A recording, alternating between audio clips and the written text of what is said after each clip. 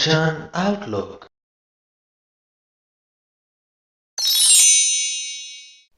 ਸ਼ਲੋਕ। ਬਹੁ ਸ਼ਾਸਤਰ ਬਹੁ ਸਿਮਰਤੀ, ਪੇਖੇ ਸਰਬ ਢਢੋਲ, ਪੂਜਸ ਨਾਹੀ ਹਰ ਹਰੇ, ਨਾਨਕ ਨਾਮ ਅਮੋਲ। ਗੁਰੂ ਜੀ ਕਹਿੰਦੇ ਕਿ ਅਸੀਂ ਬਹੁਤ ਸ਼ਾਸਤਰ ਅਤੇ ਬਹੁਤ ਸਿਮਰਤੀਆਂ ਖੋਜ ਕੇ ਵੇਖ ਲਈਆਂ ਹਨ। ਇਹ ਸਾਰੀਆਂ ਹੀ ਧਾਰਮਿਕ ਪੁਸਤਕਾਂ ਅਸੀਂ ਢੂੰਡ ਕੇ ਖੋਜ ਕੇ ਵੇਖ ਲਈਆਂ ਹਨ, ਪੜ੍ਹ ਲਈਆਂ ਹਨ। ਪੂਜਸ ਨਾਹੀ ਹਰ ਹਰੇ, ਪੂਜਸ ਤੋਂ ਭਾਵ ਪੁੱਜਣਾ, ਪਰ ਕਹਿੰਦੇ ਇਹ ਪਰਮਾਤਮਾ ਦੇ ਨਾਮ ਦੀ ਬਰਾਬਰੀ ਤੇ ਨਹੀਂ ਪੁੱਜਦੀਆਂ, ਨਹੀਂ ਅਪੜਦੀਆਂ। ਇਹਨਾਂ ਪੁਸਤਕਾਂ ਦੇ ਵਿੱਚ ਗਿਆਨ ਚਰਚਾ ਹੈ, ਕਈ ਸਾਰੀਆਂ ਧਾਰਮਿਕ ਤੇ ਭਾਈਚਾਰਕ ਰਸਮਾਂ ਹਨ, ਇਹਦੇ ਵਿੱਚ ਕੋਈ ਸ਼ੱਕ ਨਹੀਂ ਹੈ। ਜੇ ਅਸੀਂ ਹਿੰਦੂ ਧਰਮ ਦੇ ਸ਼ਾਸਤਰ ਵੀ ਪੜ੍ਹੀਏ, ਉਹਨਾਂ ਦੇ ਵਿੱਚੋਂ ਵੀ ਬਹੁਤ ਕੁਝ ਸਿੱਖਣ ਨੂੰ ਮਿਲਦਾ ਹੈ। ਉਹਨਾਂ ਦੇ ਵਿੱਚ ਵੀ ਬਹੁਤ ਵਧੀਆ ਗੱਲਾਂ, ਬਹੁਤ ਸੋਹਣੀ ਜੀਵਨ ਜਾਚ ਸਿਖਾਈ ਗਈ ਹੈ, ਜੀਵਨ ਦੇ ਨਜ਼ਰੀਏ ਦੱਸੇ ਗਏ ਨੇ।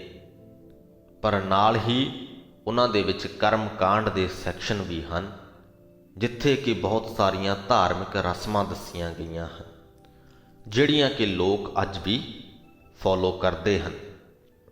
ਸੋ ਹਾਲਾਂਕਿ ਇਹ ਪੁਸਤਕਾਂ ਬਹੁਤ ਵਿਸ਼ਾਲ ਹਨ, ਬਹੁਤ ਗਿਆਨਵਾਨ ਹਨ, ਪਰ ਗੁਰੂ ਜੀ ਕਹਿੰਦੇ ਕਿ ਇਹ ਪਰਮਾਤਮਾ ਦੇ ਨਾਮ ਦੀ ਬਰਾਬਰੀ ਨਹੀਂ ਕਰ ਸਕਦੀਆਂ।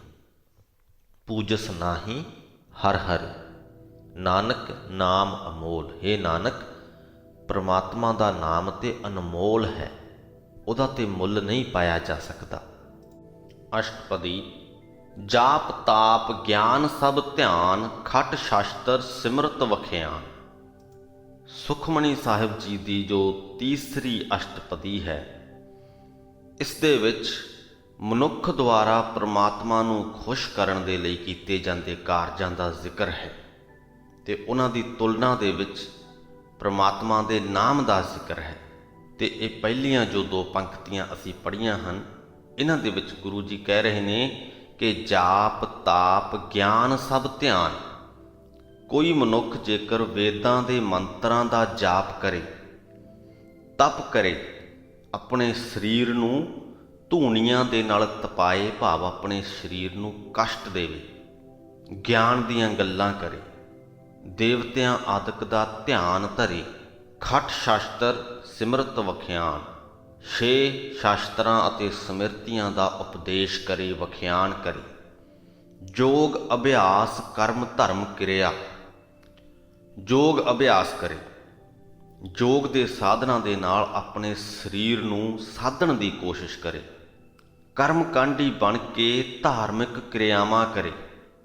ਸਗਲ ਤਿਆਗ ਬਨ ਮਧੇ ਫਿਰਿਆ, ਸਭ ਕੁਝ ਛੱਡ ਕੇ ਜੰਗਲਾਂ ਦੇ ਵਿੱਚ ਫਿਰਦਾ ਰਹੇ। ਅਨੇਕ ਪ੍ਰਕਾਰ ਕੀਏ ਬਹੁ ਜਤਨਾ, ਪੁੰਨ ਦਾਨ ਹਉਮੈ ਬਹੁ ਰਤਨਾ। ਬੜੇ ਪ੍ਰਕਾਰ ਦੇ ਯਤਨ ਕਰੇ, ਪੁੰਨ ਦਾਨ ਕਰੇ, ਹਉਮੈ ਤੋਂ ਭਾਵ ਹਵਨ ਕਰਨਾ, ਰਤਨਾ ਤੋਂ ਭਾਵ ਇੱਥੇ ਘਿਓ ਹੈ, ਕਿ ਹਵਨ ਕਰੇ, ਘਿਓ ਆਦਿਕ ਨੂੰ ਅੱਗ ਦੇ ਵਿੱਚ ਸਾੜੇ। ਸਰੀਰ ਕਟਾਏ ਹਉਮੈ ਕਰ ਰਾਤੀ, ਰੱਤੀ ਰੱਤੀ ਕਰਕੇ ਆਪਣਾ ਸਰੀਰ ਕਟਾ ਲਵੇ ਤੇ ਉਹਨੂੰ ਅੱਗ ਦੇ ਵਿੱਚ ਸਾੜ ਲਵੇ। ਵਰਤ ਨੇਮ ਕਰੈ ਬਹੁ ਭਾਤੀ, ਕਈ ਕਿਸਮਾਂ ਦੇ ਵਰਤਾਂ ਦੇ ਬੰਧੇਜ ਕਰੇ।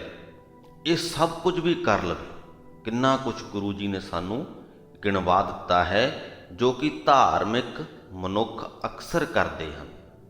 ਕੋਈ ਇਹਨਾਂ ਸਾਰਿਆਂ ਚੋਂ ਸਾਰੇ ਹੀ ਕਰ ਰਿਹਾ ਹੈ, ਕੋਈ ਕੁਝ ਕਰ ਰਿਹਾ ਹੈ, ਕੋਈ 2 ਕਰ ਰਿਹਾ ਹੈ, ਕੋਈ 1 ਕਰ ਰਿਹਾ ਹੈ, ਪਰ ਜੋ ਧਾਰਮਿਕ ਮਨੁੱਖ ਨੇ ਇਹ ਸਾਰੇ ਕਾਰਜ ਕਰਦੇ ਹਨ। ਤੇ ਅਗਲੀ ਪੰਕਤੀ ਦੇ ਵਿੱਚ ਗੁਰੂ ਜੀ ਕਹਿੰਦੇ ਨੇ, ਨਹੀਂ ਤੁਲ ਰਾਮ ਨਾਮ ਵਿਚਾਰ, ਕਿ ਇਹ ਸਾਰੇ ਤੁਸੀਂ ਕਰ ਵੀ ਲਵੋ, ਪਰ ਉਸ ਪਰਮਾਤਮਾ ਦੇ ਨਾਮ ਦੀ ਵਿਚਾਰ ਦੇ ਬਰਾਬਰ ਨਹੀਂ ਹਨ।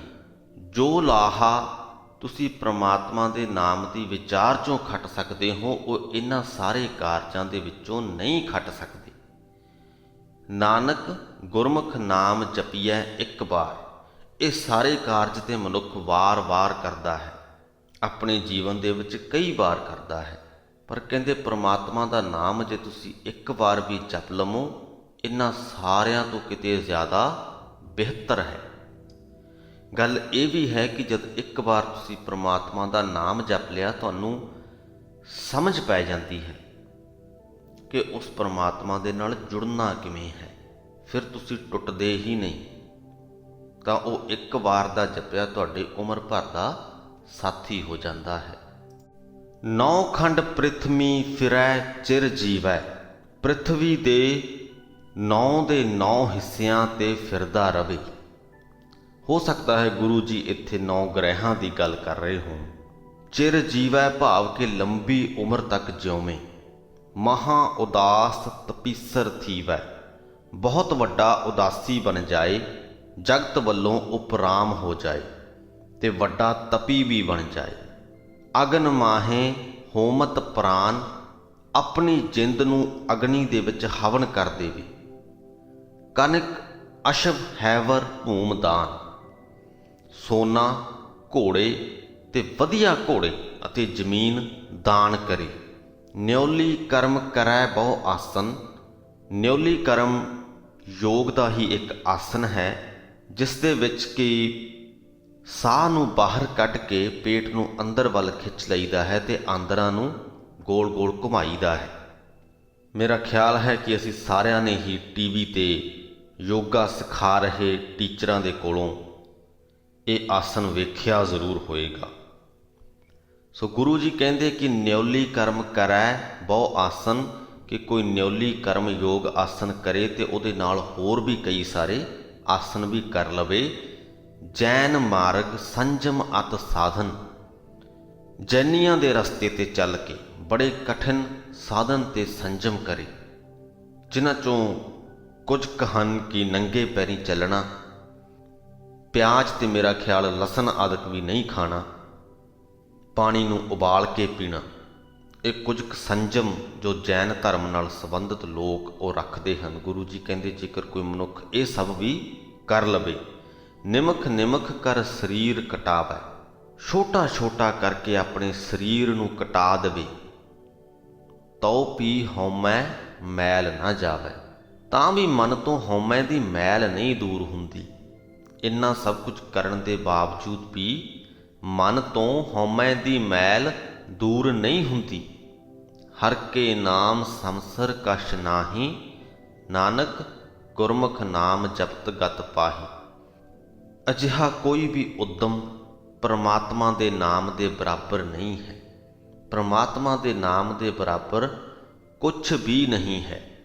ਹੇ ਨਾਨਕ, ਜੋ ਮਨੁੱਖ ਗੁਰੂ ਦੇ ਸਨਮੁਖ ਹੋ ਕੇ ਪਰਮਾਤਮਾ ਦਾ ਨਾਮ ਜਪਦੇ ਹਨ, ਉਹ ਗਤ ਪਾਉਂਦੇ ਹਨ, ਉੱਚੀ ਆਤਮਿਕ ਅਵਸਥਾ ਹਾਸਲ ਕਰਦੇ ਹਨ। ਮਨ ਕਾਮਨਾ ਤੀਰਥ ਦੇ ਛੁੱਟੈ, ਕਈ ਮਨੁੱਖਾਂ ਦੇ ਮਨ ਦੀ ਇਹ ਕਾਮਨਾ ਹੁੰਦੀ ਹੈ ਕਿ ਜਦ ਉਹਨਾਂ ਨੂੰ ਮੌਤ ਆਏ ਤਾਂ ਤੀਰਥ ਇਸ਼ਨਾਨ ਤੇ ਆਏ, ਭਾਵ ਕਿ ਕਿਸੇ ਪਵਿੱਤਰ ਥਾਂ ਤੇ ਆਏ, ਕਿਸੇ ਗੁਰੂ ਘਰ, ਕਿਸੇ ਮੰਦਰ, ਕਿਸੇ ਤੀਰਥ ਸਥਾਨ, ਕਿਸੇ ਮਸਜਿਦ, ਕਿਸੇ ਗਿਰਜਾ ਘਰ ਦੇ ਵਿੱਚ ਉਹਨਾਂ ਦੇ ਪ੍ਰਾਣ ਨਿਕਲਣ। ਤੇ ਇਹਦੇ ਪਿੱਛੇ ਸੋਚ ਇਹੀ ਹੁੰਦੀ ਹੈ ਕਿ ਪਵਿੱਤਰ ਥਾਂ ਤੇ ਜਾਣ ਜਾਏਗੀ ਤਾਂ ਅੱਗੇ ਜਾ ਕੇ ਸਵਰਗ ਹਾਸਲ ਹੋਏਗਾ। ਪਰ ਮਨੁੱਖ ਇਹ ਗੱਲ ਭੁੱਲ ਜਾਂਦਾ ਹੈ ਕਿ ਸਾਰੇ ਹੀ ਧਾਰਮਿਕ ਗ੍ਰੰਥ ਜੋ ਇੱਕ ਮੇਨ ਗੱਲ, ਪ੍ਰਮੁੱਖ ਗੱਲ ਸਾਨੂੰ ਸਿਖਾਉਂਦੇ ਹਨ, ਉਹ ਹੈ ਕਿ ਕਿਸੇ ਵੀ ਚੀਜ਼ ਦਾ ਮੋਹ ਨਹੀਂ ਕਰਨਾ। ਤੇ ਫਿਰ ਅਸੀਂ ਸਵਰਗਾਂ ਦਾ ਇੰਨਾ ਮੋਹ ਕਿਉਂ ਕਰਦੇ ਹਾਂ? ਇਹ ਗੱਲ ਕਿਤੇ ਨਾ ਕਿਤੇ ਗੁਰੂ ਜੀ ਅਗਲੀ ਪੰਕਤੀ ਦੇ ਵਿੱਚ ਦਰਸਾਉਂਦੇ ਹਨ। ਗਰਭ ਗੁਮਾਨ ਨਾ ਮਨ ਤੇ ਹੁਟੈ, ਕਿ ਜੇਕਰ ਤੁਹਾਡੀ ਇਹ ਕਾਮਨਾ ਹੈ ਵੀ ਕਿ ਸਰੀਰਕ ਚੋਲਾ ਤੀਰਥਾਂ ਤੇ ਜਾ ਕੇ ਛੱਡਿਆ ਜਾਏ, ਇਸ ਤਰ੍ਹਾਂ ਵੀ ਤੁਹਾਡੇ ਅੰਦਰੋਂ ਹਉਮੈ ਤੇ ਹੰਕਾਰ ਨਹੀਂ ਘਟਦਾ।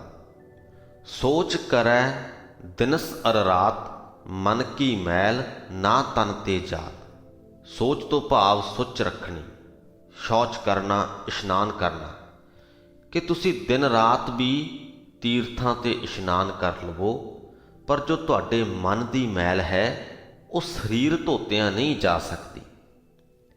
ਇਸ ਦੇਹੀ ਕਉ ਬਹੁ ਸਾਧਨਾ ਕਰੈ, ਮਨ ਤੇ ਕਬੂ ਨਾ ਵਿਖਿਆ ਟਰੈ। ਇਸ ਸਰੀਰ ਨੂੰ ਸਾਧ ਲਓ।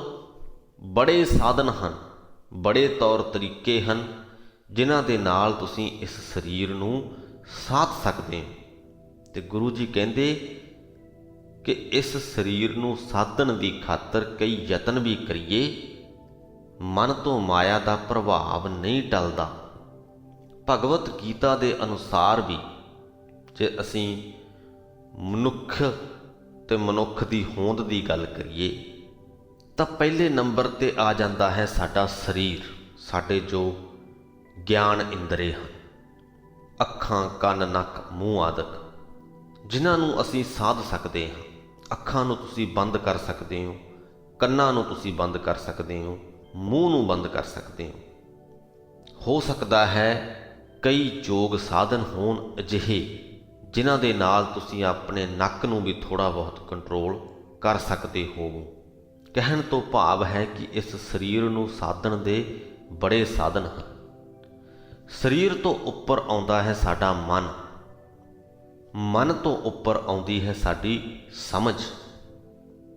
ਤੇ ਭਗਵਤ ਗੀਤਾ ਦੇ ਵਿੱਚ ਕਿਹਾ ਕਿ ਸਾਡੀ ਸਮਝ ਤੋਂ ਵੀ ਉੱਪਰ ਹੈ ਸਾਡੀ ਆਤਮਾ।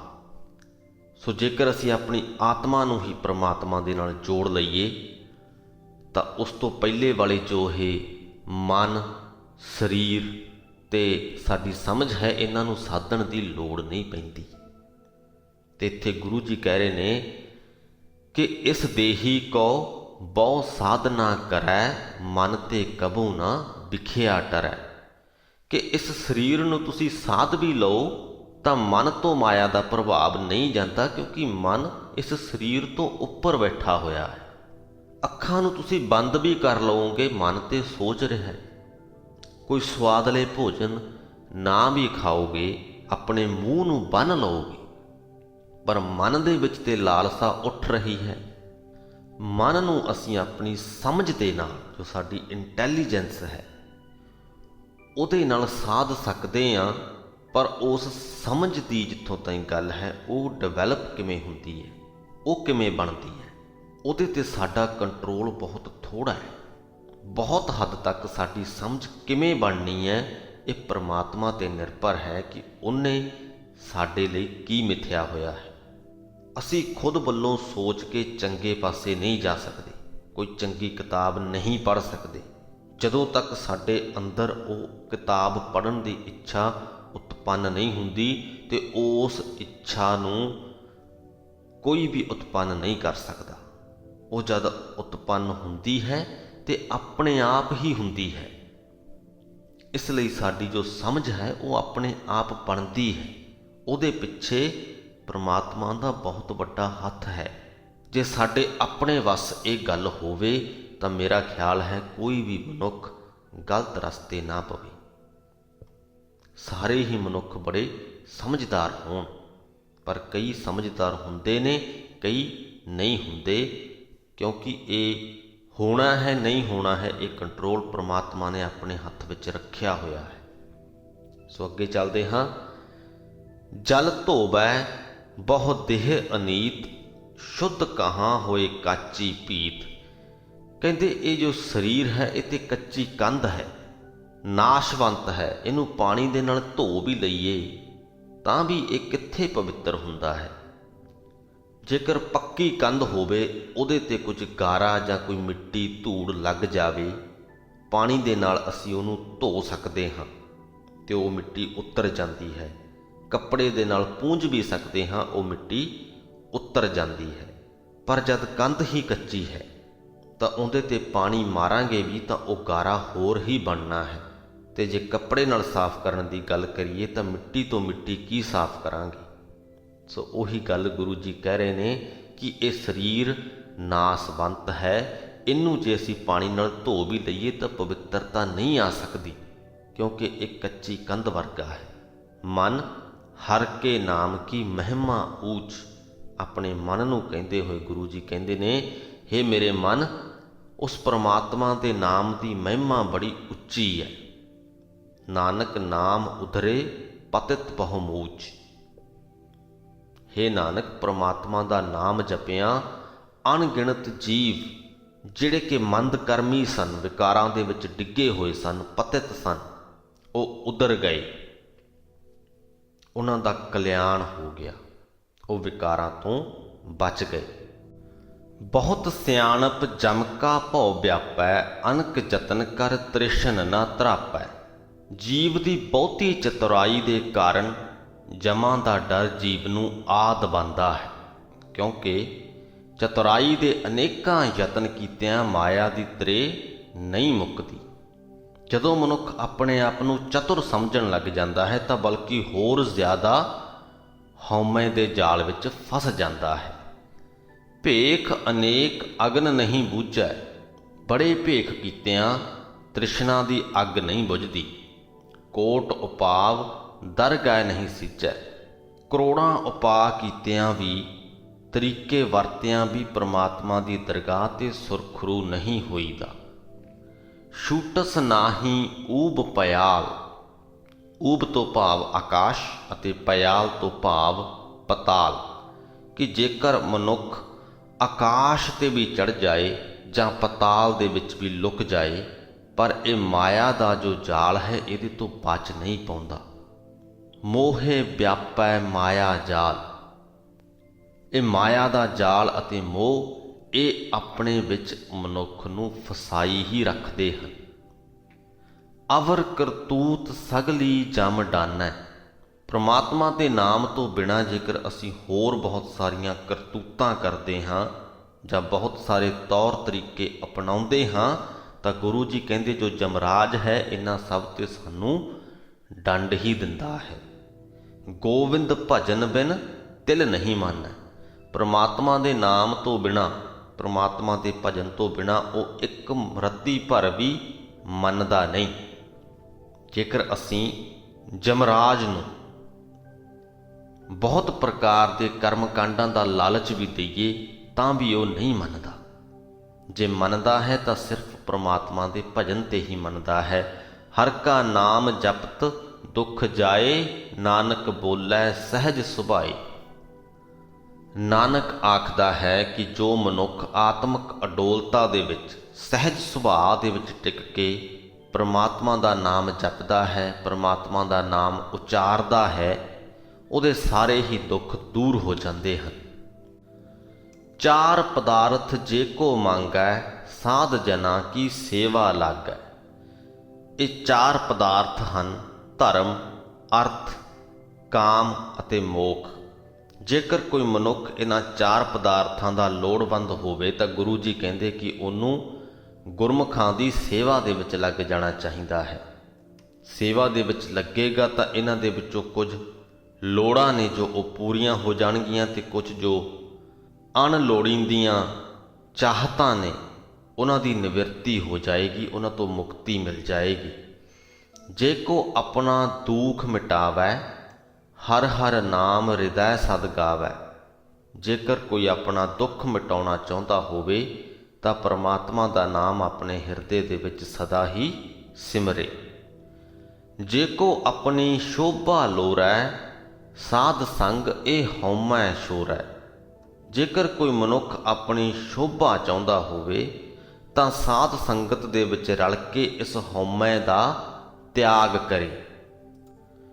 ਤੇ ਅੱਜ ਦੇ ਮਨੁੱਖ ਦੇ ਵਿੱਚ ਇਹ ਗੱਲ ਹੀ ਉਲਟੀ ਹੈ। ਸਾਨੂੰ ਆਪਣੀ ਸ਼ੋਭਾ ਚਾਹੀਦੀ ਹੀ ਤਾਂ ਹੈ ਕਿਉਂਕਿ ਸਾਡੀ ਹਉਮੈ ਇਹ ਗੱਲ ਮੰਗਦੀ ਹੈ। ਜਗਤ ਦੇ ਵਿੱਚ ਸਾਡੀ ਸ਼ੋਭਾ ਹੁੰਦੀ ਹੈ ਤਾਂ ਸਾਡੀ ਹਉਮੈ ਦੀ ਤ੍ਰਿਪਤੀ ਹੁੰਦੀ ਹੈ। ਤ੍ਰਿਪਤੀ ਤੇ ਖੈਰ ਹੁੰਦੀ ਹੀ ਨਹੀਂ, ਪਰ ਕੁਝ ਸਮੇਂ ਦੇ ਲਈ, ਕੁਝ ਹੱਦ ਤੱਕ ਸਾਡੀ ਹਉਮੈ ਸ਼ਾਂਤ ਹੁੰਦੀ ਹੈ ਜੇਕਰ ਸਾਡੀ ਜਗਤ ਦੇ ਵਿੱਚ ਸ਼ੋਭਾ ਹੋ ਜਾਏ ਤਾਂ। ਅਸੀਂ ਆਪਣੀ ਹਉਮੈ ਕਰਕੇ ਸ਼ੋਭਾ ਖੱਟਣੀ ਚਾਹੁੰਦੇ ਹਾਂ ਤੇ ਕਰਨਾ ਕੀ ਚਾਹੀਦਾ ਹੈ? ਹਉਮੈ ਛੱਡ ਕੇ ਸਾਧ ਸੰਗਤ ਦੇ ਵਿੱਚ ਰਲ ਕੇ ਹਉਮੈ ਛੱਡ ਦੇਣੀ ਚਾਹੀਦੀ ਹੈ ਤਾਂ ਕਿ ਸ਼ੋਭਾ ਖੱਟ ਸਕੀਏ। ਜੇ ਕੋ ਜਨਮ ਮਰਨ ਤੇ ਡਰੈ, ਸਾਧ ਜਨਾ ਕੀ ਚਰਨੀ ਪਰੈ। ਜੇਕਰ ਕੋਈ ਮਨੁੱਖ ਜਨਮ ਮਰਨ ਦੇ ਗੇੜ ਤੋਂ ਡਰਦਾ ਹੋਵੇ ਤਾਂ ਉਹਨੂੰ ਸੰਤਾਂ ਦੇ ਚਰਨੀ ਲੱਗ ਜਾਣਾ ਚਾਹੀਦਾ ਹੈ। ਜਿਸ ਜਨ ਕਉ ਪ੍ਰਭ ਦਰਸ਼ ਪਿਆਸਾ, ਨਾਨਕ ਤਾਕੈ ਬਲ ਬਲ ਜਾਸਾ। ਗੁਰੂ ਜੀ ਕਹਿੰਦੇ ਕਿ ਜਿਸ ਮਨੁੱਖ ਨੂੰ ਪ੍ਰਮਾਤਮਾ ਦੇ ਦੀਦਾਰ ਦੀ ਤਾਂਘ ਹੋਵੇ, ਜੋ ਮਨੁੱਖ ਪ੍ਰਮਾਤਮਾ ਦੇ ਦੀਦਾਰ ਲਈ ਪਿਆਸਾ ਹੋਵੇ, ਮੈਂ ਉਹਦੇ ਤੋਂ ਸਦਕੇ ਜਾਂਦਾ ਹਾਂ। ਸਗਲ ਪੁਰਖ ਮਹਿ ਪੁਰਖ ਪ੍ਰਧਾਨ, ਸਾਧ ਸੰਗ ਜਾ ਕਾ ਮਿਟੈ ਅਭਿਮਾਨ। ਜਿਸ ਮਨੁੱਖ ਨੇ ਸਾਧ ਸੰਗਤ ਦੇ ਵਿੱਚ ਰਲ ਕੇ ਆਪਣਾ ਅਭਿਮਾਨ, ਆਪਣਾ ਹੰਕਾਰ, ਆਪਣੀ ਹਉਮੈ ਮਿਟਾ ਲਈ, ਉਹ ਸਾਰੇ ਹੀ ਪੁਰਖਾਂ ਦੇ ਵਿੱਚੋਂ ਸ੍ਰੇਸ਼ਟ ਪੁਰਖ ਹੈ, ਪ੍ਰਧਾਨ ਪੁਰਖ ਹੈ। ਆਪਸ ਕਉ ਜੋ ਜਾਣੈ ਨੀਚਾ, ਸੋਊ ਗਨੀਐ ਸਭ ਤੇ ਉੱਚਾ। ਜੋ ਆਪਣੇ ਆਪ ਨੂੰ ਨੀਵਾਂ ਗਿਣਦਾ ਹੋਵੇ, ਅਸਲ ਦੇ ਵਿੱਚ ਉਹੀ ਸਭਨਾਂ ਤੋਂ ਉੱਚਾ ਹੁੰਦਾ ਹੈ, ਤੇ ਜਿਹੜਾ ਆਪਣੇ ਆਪ ਨੂੰ ਬੜਾ ਉੱਚਾ ਸਮਝ ਰਿਹਾ ਹੋਵੇ, ਉਹ ਅਸਲ ਦੇ ਵਿੱਚ ਨੀਵਾਂ ਹੁੰਦਾ ਹੈ। ਸੋ ਸਾਨੂੰ ਆਪਣਾ ਜੋ ਸੁਭਾਅ ਹੈ ਉਹ ਗਰੀਬੀ ਵਾਲਾ ਬਣਾ ਕੇ ਰੱਖਣਾ ਚਾਹੀਦਾ ਹੈ, ਨਿਮਰਤਾ ਵਾਲਾ ਬਣਾ ਕੇ ਰੱਖਣਾ ਚਾਹੀਦਾ ਹੈ। ਜਾ ਕਾ ਮਨ ਹੋਏ ਸਗਲ ਕੀ ਰੀਨਾ, ਹਰ ਹਰ ਨਾਮ ਤਿਨ ਘਟ ਘਟ ਚੀਨਾ। ਜਿਸ ਮਨੁੱਖ ਦਾ ਮਨ ਸਾਧ ਜਨਾਂ ਦੇ ਚਰਨਾਂ ਦੀ ਧੂੜ ਹੋ ਜਾਂਦਾ ਹੈ, ਭਾਵ ਕਿ ਉਹਨੇ ਆਪਣੇ ਆਪ ਨੂੰ ਇੰਨਾ ਨੀਵਾਂ ਕਰ ਲਿਆ, ਆਪਣੀ ਹਉਮੈ ਨੂੰ ਤੇ ਖਤਮ ਹੀ ਕਰ ਦਿੱਤਾ, ਉਹਨੂੰ ਹਰੇਕ ਸਰੀਰ ਦੇ ਵਿੱਚ ਪਰਮਾਤਮਾ ਦੀ ਸੱਤਾ ਦਿਖਾਈ ਦਿੰਦੀ ਹੈ। ਉਹਨੂੰ ਇਸ ਗੱਲ ਦਾ ਪਰਪੱਕ ਯਕੀਨ ਹੁੰਦਾ ਹੈ ਕਿ ਹਰ ਇੱਕ ਸਰੀਰ ਦੇ ਵਿੱਚ ਉਹ ਪਰਮਾਤਮਾ ਵਸ ਰਿਹਾ ਹੈ। ਸੋ ਕੋਈ ਉਹਨੂੰ ਮੰਦਾ ਚੰਗਾ ਬੋਲ ਵੀ ਜਾਵੇ, ਉਹ ਗੁੱਸਾ ਨਹੀਂ ਕਰਦਾ, ਤੰਗ ਨਹੀਂ ਹੁੰਦਾ, ਕਿਉਂਕਿ ਨੰਬਰ 1 ਉਹਨੇ ਆਪਣੇ ਆਪ ਨੂੰ ਇੰਨਾ ਉੱਚਾ ਨਹੀਂ ਸਮਝਿਆ। ਉਹਦੀ ਹਉਮੈ ਉਹਨੂੰ ਉੱਚਾ ਨਹੀਂ ਦਿਖਾ ਰਹੀ, ਉਹ ਆਪਣੇ ਆਪ ਨੂੰ ਨੀਵਾਂ ਸਮਝਦਾ ਹੈ। ਸੋ ਨੀਵਾਂ ਸਮਝਦਾ ਹੈ ਤੇ ਮੰਦਾ ਚੰਗਾ ਕੋਈ ਬੋਲ ਵੀ ਜਾਏਗਾ ਤਾਂ ਹਉਮੈ ਤੰਗ ਨਹੀਂ ਕਰਦੀ। ਅਸਲ ਦੇ ਵਿੱਚ ਜਦੋਂ ਸਾਨੂੰ ਗੁੱਸਾ ਆਉਂਦਾ ਹੈ ਕਿਸੇ ਦੇ ਮੰਦਾ ਬੋਲਣ ਤੇ, ਤਾਂ ਸਾਡੀ ਹਉਮੈ ਕਰਕੇ ਹੀ ਆਉਂਦਾ ਹੈ। ਉੱਥੇ ਅਸੀਂ ਇਹ ਹੀ ਸੋਚਦੇ ਹਾਂ ਕਿ ਮੈਨੂੰ ਇਹ ਗੱਲ ਕਿਵੇਂ ਕਹਿ ਗਿਆ, ਮੈਂ ਆ ਜਾਂਦੀ ਹੈ ਸਾਡੀ। ਉਹ ਮੈਂ ਹੀ ਸਾਨੂੰ ਗੁੱਸਾ ਦਿਵਾਉਂਦੀ ਹੈ, ਉਹ ਮੈਂ ਹੀ ਸਾਨੂੰ ਤੰਗ ਕਰਦੀ ਹੈ। ਤੇ ਜਿਹਨੇ ਆਪਣੇ ਮਨ ਨੂੰ ਸਾਧ ਜਨਾਂ ਦੇ ਚਰਨਾਂ ਦੀ ਧੂੜ ਹੀ ਕਰ ਲਿਆ, ਉਹਦੀ ਮੈਂ ਤੇ ਕਦ ਦੀ ਮਿੱਟੀ ਵਿੱਚ ਰੁਲ ਗਈ, ਉਹਨੇ ਗੁੱਸਾ ਕਾਹਦਾ ਕਰਨਾ। ਤੇ ਦੂਜੀ ਗੱਲ ਨੰਬਰ 2, ਜਦੋਂ ਤੁਸੀਂ ਹਰ ਸਰੀਰ ਦੇ ਵਿੱਚ ਉਸ ਪਰਮਾਤਮਾ ਦਾ ਵਾਸ ਦੇਖਦੇ ਹੋ, ਤਾਂ ਤੁਸੀਂ ਇਹ ਨਹੀਂ ਸੋਚਦੇ ਕਿ ਇਹ ਮਨੁੱਖ ਤੁਹਾਨੂੰ ਮੰਦਾ ਬੋਲ ਗਿਆ। ਤੁਸੀਂ ਇਹ ਸੋਚਦੇ ਹੋ ਕਿ ਇਸ ਦੇ ਅੰਦਰ ਜੋ ਪਰਮਾਤਮਾ ਵਸਦਾ ਹੈ, ਉਹਨੇ ਤੁਹਾਨੂੰ ਇਹ ਗੱਲ ਕਹੀ ਹੈ। ਮਨ ਆਪਣੇ ਤੇ ਬੁਰਾ ਮਿਟਾਨਾ, ਪੇਖੈ ਸਗਲ ਸ੍ਰਿਸ਼ਟ ਸਾਜਨਾ। ਜਿਹੜੇ ਮਨੁੱਖ ਨੇ ਆਪਣੇ ਮਨ 'ਚੋਂ ਬੁਰਾਈ ਨੂੰ ਮਿਟਾ ਲਿਆ, ਉਹਨੂੰ ਸਾਰੀ ਹੀ ਸ੍ਰਿਸ਼ਟੀ ਦੇ ਸਾਰੇ ਹੀ ਜੀਵ ਆਪਣੇ ਮਿੱਤਰ ਲੱਗਦੇ ਹਨ। ਅਕਸਰ ਤੇ ਅਸੀਂ ਦੂਜਿਆਂ ਦੇ ਵਿੱਚ ਹੀ ਬੁਰਾਈਆਂ ਲੱਭਦੇ ਰਹਿੰਦੇ ਹਾਂ, ਦੂਜਿਆਂ ਨੂੰ ਹੀ ਬੁਰਾ ਸਮਝਦੇ ਰਹਿੰਦੇ ਹਾਂ, ਉਹਨਾਂ ਦੀਆਂ ਹੀ ਬੁਰਾਈਆਂ ਦੂਰ ਕਰਨ ਦੀ ਕੋਸ਼ਿਸ਼ ਕਰਦੇ ਰਹਿੰਦੇ ਹਾਂ। ਉਹਨਾਂ ਦੀਆਂ ਬੁਰਾਈਆਂ ਕਰਕੇ ਹੀ ਸਾਨੂੰ ਉਹ ਸਾਡੇ ਦੁਸ਼ਮਣ ਲੱਗਦੇ ਨੇ। ਪਰ ਗੁਰੂ ਜੀ ਕਹਿੰਦੇ ਕਿ ਜੇਕਰ ਤੁਸੀਂ ਆਪਣੇ ਮਨ ਤੋਂ ਬੁਰਾਈ ਨੂੰ ਮਿਟਾ ਲਵੋ, ਤਾਂ ਤੁਹਾਨੂੰ ਸਾਰੇ ਹੀ ਮਿੱਤਰ ਲੱਗਣਗੇ। ਸੂਖ ਦੂਖ ਜਨ ਸਮ ਦ੍ਰਿਸ਼ਟੇਤਾ, ਨਾਨਕ ਪਾਪ ਪੁੰਨ ਨਹੀਂ ਲੇਪਾ। ਇਹੋ ਜਿਹੇ ਮਨੁੱਖ, ਜਿਨ੍ਹਾਂ ਮਨੁੱਖਾਂ ਦੀ ਅਸੀਂ ਪਿਛਲੀਆਂ ਪੰਕਤੀਆਂ ਦੇ ਵਿੱਚ ਗੱਲ ਕੀਤੀ ਹੈ ਕਿ ਜੋ ਆਪਣੇ ਆਪ ਨੂੰ ਨੀਵਾਂ ਸਮਝਦੇ ਨੇ, ਜਿਨ੍ਹਾਂ ਨੇ ਆਪਣੇ ਹੰਕਾਰ ਨੂੰ ਮਿਟਾ ਲਿਆ, ਜਿਨ੍ਹਾਂ ਨੇ ਆਪਣੇ ਮਨ ਤੋਂ ਬੁਰਾਈ ਨੂੰ ਮਿਟਾ ਲਿਆ, ਗੁਰੂ ਜੀ ਕਹਿੰਦੇ ਇਹੋ ਜਿਹੇ ਜੋ ਜਨ ਹਨ, ਇਹੋ ਜਿਹੇ ਜੋ ਮਨੁੱਖ ਹਨ, ਉਹ ਸੁੱਖ ਅਤੇ ਦੁੱਖ ਨੂੰ ਇੱਕੋ ਜਿਹਾ ਹੀ ਸਮਝਦੇ ਹਨ। ਸੂਖ ਦੂਖ ਜਨ ਸਮ ਦ੍ਰਿਸ਼ਟੇਤਾ, ਨਾਨਕ ਪਾਪ ਪੁੰਨ ਨਹੀਂ ਲੇਪਾ। ਪਾਪ ਅਤੇ ਪੁੰਨ ਦਾ ਉਹਨਾਂ ਤੇ ਅਸਰ ਨਹੀਂ ਹੁੰਦਾ। ਪਾਪ ਤੇ ਪੁੰਨ ਦਾ ਜੋ ਇਸ ਦੁਨੀਆ ਦੇ ਵਿੱਚ ਸਬਜੈਕਟ ਹੈ, ਜੋ ਕਨਸੈਪਟ ਹੈ, ਉਹ ਇਹੀ ਹੈ ਕਿ ਕਈ ਮਨੁੱਖ ਸਾਨੂੰ ਪੁੰਨ ਦਾ ਲਾਲਚ ਦੇਣਗੇ ਕਿ ਤੁਸੀਂ ਪੁੰਨ ਕਰੋ ਤਾਂ ਤੁਹਾਡੇ ਜੀਵਨ ਦੇ ਵਿੱਚ ਕੁਝ ਚੰਗਾ ਹੋਏਗਾ ਜਾਂ ਤੁਹਾਨੂੰ ਸਵਰਗਾਂ ਦੇ ਵਿੱਚ ਥਾਂ ਮਿਲੇਗੀ।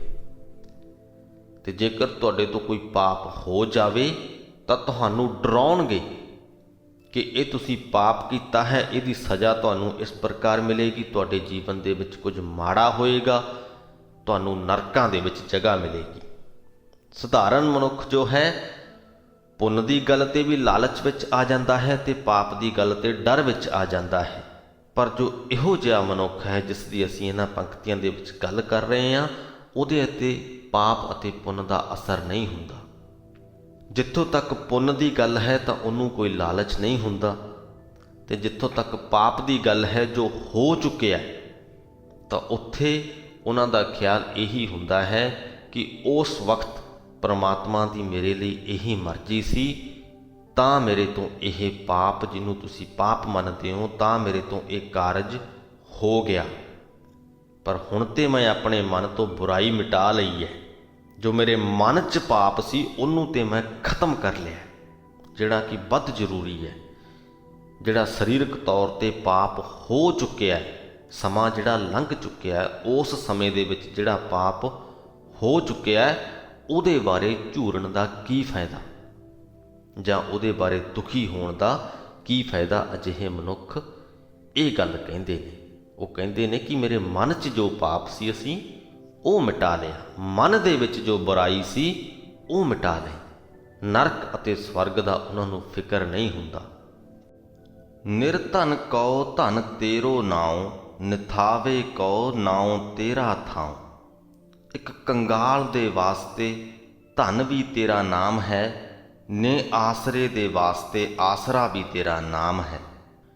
ਨਿਮਾਨੇ ਕਉ ਪ੍ਰਭ ਤੇਰੋ ਮਾਨ, ਸਗਲ ਘਟਾ ਕਉ ਦੇਵੋ ਦਾਨ। ਇੱਕ ਨਿਮਾਣੇ ਵਾਸਤੇ ਮਾਣ ਵੀ ਹੈ ਪ੍ਰਮਾਤਮਾ ਤੇਰਾ ਨਾਮ ਹੀ ਹੈ, ਤੂੰ ਸਾਰੇ ਹੀ ਜੀਵਾਂ ਨੂੰ ਦਾਤਾਂ ਦਿੰਦਾ ਹੈ। ਸਗਲ ਘਟਾ ਕਉ ਦੇਵੋ ਦਾਨ।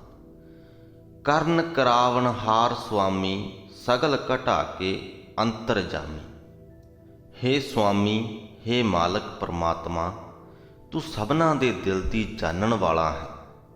ਤੂੰ ਆਪ ਹੀ ਸਭ ਕੁਝ ਕਰਦਾ ਹੈ ਤੇ ਜੀਵਾਂ ਦੇ ਪਾਸੋਂ ਕਰਵਾਉਂਦਾ ਹੈ। ਆਪਣੀ ਗਤਮਿਤ ਜਾਣੋ ਆਪੇ, ਆਪਨ ਸੰਗ ਆਪ ਪ੍ਰਭ ਰਾਤੇ। ਤੂੰ ਆਪਣੀ ਹਾਲਤ ਅਤੇ ਆਪਣੀ ਵਡਿਆਈ ਆਪ ਹੀ ਜਾਣਦਾ ਹੈ। ਆਪਣੀ ਮਿਹਨਤੀ ਆਪ ਹੀ ਜਾਣਦਾ ਹੈ ਕਿ ਤੂੰ ਕਿੰਨਾ ਵੱਡਾ ਹੈ। ਤੂੰ ਆਪਣੇ ਆਪ ਵਿੱਚ ਹੀ ਮਗਨ ਵੀ ਰਹਿੰਦਾ ਹੈ। ਤੁਮਰੀ ਉਸਤਤ ਤੁਮ ਤੇ ਹੋਏ। ਆਪਣੀ ਵਡਿਆਈ ਤੂੰ ਖੁਦ ਹੀ ਕਰ ਸਕਦਾ ਹੈ, ਜਾਂ ਫਿਰ ਤੇਰੀ ਕਿਰਪਾ ਦੇ ਨਾਲ ਜੀਵ ਤੇਰੀ ਵਡਿਆਈ ਕਰ ਸਕਦੇ ਨੇ। ਅਸਲ ਦੇ ਵਿੱਚ ਜੀਵ ਕੋਸ਼ਿਸ਼ ਕਰ ਸਕਦੇ ਨੇ, ਤੇਰੀ ਅਸਲੀ ਵਡਿਆਈ ਤਾਂ ਤੂੰ ਹੀ ਜਾਣਦਾ ਹੈ। ਅਸੀਂ ਆਪਣੀ ਭਾਸ਼ਾ ਦੇ ਵਿੱਚ ਰਹਿ ਕੇ ਉਸ ਪਰਮਾਤਮਾ ਦੀ ਉਸਤਤ ਕਰਦੇ ਹਾਂ, ਉਹਦੀ ਵਡਿਆਈ ਕਰਦੇ ਹਾਂ, ਪਰ ਅਸਲ ਦੇ ਵਿੱਚ ਉਹ ਕਿੰਨਾ ਵੱਡਾ ਹੈ, ਕਿੰਨਾ ਤਾਕਤਵਰ ਹੈ, ਕੀ ਕੁਝ ਕਰਨ ਦੇ ਸਮਰੱਥ ਹੈ, ਅਸਲ ਦੇ ਵਿੱਚ ਇਹ ਗੱਲ ਉਹ ਪਰਮਾਤਮਾ ਆਪ ਹੀ ਜਾਣਦਾ ਹੈ। ਉਸ ਪਰਮਾਤਮਾ ਦੀਆਂ ਜਿੰਨੀਆਂ ਕੁ ਤਾਕਤਾਂ, ਜਿੰਨੇ ਕੁ ਕੌਤਕ ਅਸੀਂ ਆਪਣੀਆਂ ਅੱਖਾਂ ਦੇ ਸਾਹਮਣੇ ਵੇਖਦੇ ਹਾਂ, ਉਨਿਆਂ ਕੁ ਨੂੰ ਲੈ ਕੇ ਉਹਦੀ ਵਡਿਆਈ ਅਸੀਂ ਜ਼ਰੂਰ ਕਰ ਸਕਦੇ ਹਾਂ, ਤੇ ਸਾਨੂੰ ਕਰਨੀ ਵੀ ਚਾਹੀਦੀ ਹੈ। ਨਾਨਕ ਅਵਰ ਨਾ ਜਾਣਸ ਕੋਏ, ਕਿ ਹੋਰ ਕੋਈ ਤੇਰੀ ਵਡਿਆਈ ਨਹੀਂ ਜਾਣਦਾ। ਸਰਬ ਧਰਮ ਮਹਿ ਸ੍ਰੇਸ਼ਟ ਧਰਮ, ਹਰ ਕੋ ਨਾਮ ਜਪ ਨਿਰਮਲ ਕਰਮ। ਹੇ ਮੇਰੇ ਮਨ, ਉਸ ਪਰਮਾਤਮਾ ਦਾ ਨਾਮ ਜਪ ਤੇ ਆਪਣੇ ਕਰਮਾਂ ਨੂੰ, ਆਪਣੇ ਆਚਰਨ ਨੂੰ ਪਵਿੱਤਰ ਬਣਾ। ਇਹ ਸਾਰੇ ਹੀ ਧਰਮਾਂ ਨਾਲੋਂ ਚੰਗਾ ਧਰਮ ਹੈ। ਇਹਨੂੰ ਤੂੰ ਕੋਈ ਨਾਮ ਨਾ ਦੇ। ਜਿਸ ਪ੍ਰਕਾਰ ਮਨੁੱਖ ਦੀ ਵਿਰਤੀ ਹੈ ਵੱਖ-ਵੱਖ ਧਰਮ ਬਣਾ ਲੈਣੇ, ਪਰ ਗੁਰੂ ਜੀ ਕਹਿੰਦੇ ਨੇ ਕਿ ਪਰਮਾਤਮਾ ਦਾ ਨਾਮ ਜਪੋ। ਇਸ ਕਿਰਿਆ ਨੂੰ, ਇਸ ਧਰਮ ਨੂੰ ਨਾਮ ਦੇਣ ਦੀ ਲੋੜ ਨਹੀਂ। ਇਹ ਧਰਮ ਸਾਰੇ ਧਰਮਾਂ ਤੋਂ ਸ੍ਰੇਸ਼ਟ ਧਰਮ ਹੈ। ਸਗਲ ਕਿਰਿਆ ਮਹਿ ਉੱਤਮ ਕਿਰਿਆ, ਸਾਧ ਸੰਗ ਦੁਰਮਤ ਮਲ ਹਿਰਿਆ। ਸਤਸੰਗ ਦੇ ਵਿੱਚ ਰਹਿ ਕੇ ਭੈੜੀ ਮਤ ਰੂਪ, ਦੁਰਮਤ ਰੂਪ ਮੈਲ ਨੂੰ ਦੂਰ ਕਰੋ। ਇਹ ਸਾਰੀਆਂ ਹੀ ਧਾਰਮਿਕ ਕਿਰਿਆਵਾਂ ਨਾਲੋਂ ਉੱਤਮ ਕਿਰਿਆ ਹੈ। ਸਗਲ ਉਦਮ ਮਹਿ ਉਦਮ ਭਲਾ, ਹਰ ਕਾ ਨਾਮ ਜਪੋ ਜੀ ਸਦਾ। ਹੇ ਮੇਰੇ ਜੀ, ਮੇਰੇ ਮਨ, ਸਦਾ ਉਸ ਪ੍ਰਮਾਤਮਾ ਦਾ ਨਾਮ ਜਪ। ਇਹ ਸਾਰੇ ਹੀ ਧਾਰਮਿਕ ਉਦਮਾਂ ਦੇ ਨਾਲੋਂ ਭਲਾ ਉਦਮ ਹੈ, ਚੰਗਾ ਉਦਮ ਹੈ। ਸਗਲ ਬਾਣੀ ਮਹਿ ਅੰਮ੍ਰਿਤ ਬਾਣੀ, ਹਰ ਕੋ ਜਸ ਸੁਨ ਰਸਨ ਬਖਾਨੀ। ਉਸ ਪ੍ਰਮਾਤਮਾ ਦਾ ਜਸ, ਉਹਦੀ ਵਡਿਆਈ ਆਪਣੇ ਕੰਨਾਂ ਦੇ ਨਾਲ ਸੁਣ ਤੇ ਆਪਣੀ ਜੀਭ ਦੇ ਨਾਲ ਬੋਲ। ਉਹਦੀ ਵਡਿਆਈ ਰੂਪ ਜੋ ਬਾਣੀ ਹੈ ਉਹ ਆਤਮਿਕ ਜੀਵਨ ਦੇਣ ਵਾਲੀ ਹੈ ਤੇ ਸਾਰੀਆਂ ਹੀ ਬਾਣੀਆਂ ਨਾਲੋਂ ਸੁੰਦਰ ਹੈ। ਗੁਰਬਾਣੀ ਨੂੰ ਇੰਨਾ ਮਾਣ ਕਿਉਂ ਹਾਸਲ ਹੈ? ਕਿਉਂਕਿ ਗੁਰਬਾਣੀ ਦੇ ਵਿੱਚ ਪਰਮਾਤਮਾ ਦੀ ਸਿਫਤ ਸਲਾਹ ਕੀਤੀ ਗਈ ਹੈ, ਪਰਮਾਤਮਾ ਦੀ ਵਡਿਆਈ ਕੀਤੀ ਗਈ ਹੈ। ਪੂਰੀ ਗੁਰਬਾਣੀ ਉਸ ਪਰਮਾਤਮਾ ਦੀ ਸਿਫਤ ਸਲਾਹ ਦੇ ਨਾਲ ਭਰਪੂਰ ਹੈ। ਅਸੀਂ ਗੁਰੂ ਗ੍ਰੰਥ ਸਾਹਿਬ ਜੀ ਨੂੰ ਕਿਤੋਂ ਵੀ ਖੋਲ੍ਹ ਕੇ ਦੇਖ ਲਈਏ, ਕੋਈ ਵੀ ਅੰਗ ਤੋਂ ਅਸੀਂ ਬਾਣੀ ਪੜ੍ਹ ਲਈਏ, ਉਸ ਪਰਮਾਤਮਾ ਦੀ ਹੀ ਗੱਲ ਹੋ ਰਹੀ ਹੈ। ਇਸੇ ਲਈ ਹੀ ਗੁਰਬਾਣੀ ਨੂੰ ਇੰਨਾ ਮਾਣ ਹਾਸਲ ਹੈ, ਇੰਨਾ ਉੱਤਮ ਗਿਣਿਆ ਜਾਂਦਾ ਹੈ। ਸਗਲ ਥਾਨ ਤੇ ਉਹ ਉੱਤਮ ਥਾਨ, ਨਾਨਕ ਜਿਹ ਘਟ ਵਸੈ ਹਰ ਨਾਮ। ਜਿਸ ਹਿਰਦੇ ਦੇ ਵਿੱਚ ਉਸ ਪਰਮਾਤਮਾ ਦਾ ਨਾਮ ਵਸਦਾ ਹੈ, ਉਹ ਹਿਰਦਾ ਰੂਪ ਥਾਂ ਹੋਰ ਸਾਰੇ ਹੀ ਅਸਥਾਨਾਂ ਤੋਂ ਪਵਿੱਤਰ ਹੈ। ਸੋ ਇਸ ਦੇ ਨਾਲ ਹੀ ਸ੍ਰੀ ਗੁਰੂ ਗ੍ਰੰਥ ਸਾਹਿਬ ਜੀ ਦੇ ਵਿੱਚ ਦਰਜ ਸੁਖਮਨੀ ਸਾਹਿਬ ਜੀ ਦੀ ਬਾਣੀ ਦੀ ਤੀਸਰੀ ਅਸ਼ਟਪਦੀ ਦੀ ਵਿਆਖਿਆ ਦੀ ਸਮਾਪਤੀ ਹੁੰਦੀ ਹੈ ਜੀ। ਇਹ ਅਸ਼ਟਪਦੀ ਸ੍ਰੀ ਗੁਰੂ ਗ੍ਰੰਥ ਸਾਹਿਬ ਜੀ ਦੇ 265 ਅਤੇ 66ਵੇਂ ਅੰਗ ਤੇ ਵਿਰਾਜਮਾਨ ਹੈ। ਇਸ ਅਸ਼ਟਪਦੀ ਦੀਆਂ ਪਹਿਲੀਆਂ 6 ਪਦੀਆਂ ਦੇ ਵਿੱਚ ਉਸ ਮਨੁੱਖ ਦੀ ਗੱਲ ਹੋਈ ਹੈ ਜੋ ਪ੍ਰਮਾਤਮਾ ਦਾ ਨਾਮ ਜਪਦਾ ਹੈ।